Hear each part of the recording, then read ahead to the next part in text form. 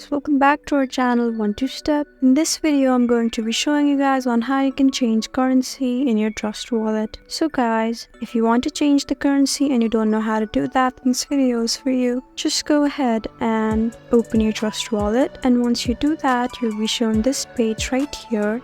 And you'll be given options like send, receive, swap, and buy and sell. So in order to change the currency, just go ahead and tap there. And now you'll see this option right here that says I want to spend, and there's a USD dollar sign right here. So guys, this is the money that you're going to spend on buying a certain Bitcoin. So right now my currency is US dollars, but if I wanted to change it to something else like Argentine peso, then I just need to go ahead and tap right here, and in that way I have successfully changed my currency to Argentine peso. But if I wanted to change it to Australian dollar, I could also tap on it, and as you can see, I have changed it to Australian dollars now.